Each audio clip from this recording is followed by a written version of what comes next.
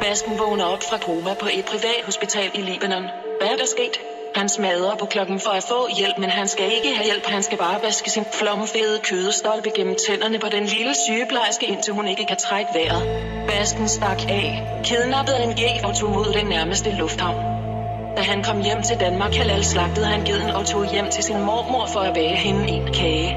Mormor kunne ikke lide kagen, så Basken foretog en likvidering, så episoden ikke skulle gentage sig, og drog mod det nærmeste diskotek. Da han kom hen til diskoteket, trækker han en knivtang fra lommen og klipper dørmandens pulsåre i stykker. Basken træder ind. Højtalerne pumper Basken 17, så han flår AUX-stikket ud. Alle på dansegulvet står stille. Hvad sker der? En lunken skede er forvirret og råber: Hey, hvem fanden er du? Kender du ikke Basken? Så pop en pille, slå dig løs og smid jeres hjerner.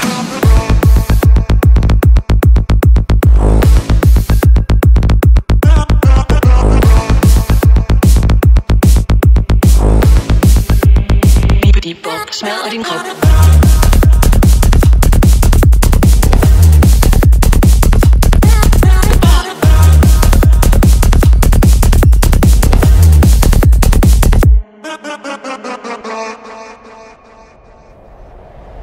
Efter byen tager Basken videre til mormors begravelse med ketamin i blodet og en luder under armen. Basken vrider sin underarm tør for sved ned i kanden med portvin, så resten af forsamlingen bliver dopet så hårdt, at de ikke ved, hvad der foregår. Da kisten skal bæres ud i livvognen, får Basken flashback og kan fornemme en hård bas, der pumper i hans hoved. Han prøver at holde sit lort sammen, men kan ikke stå for den brummende fristelse. Han smider kisten med mormor og tager til Tyskland for at grave Hitler op og blive gift som homoseksuel, så han ringer til sin gode ven Peter og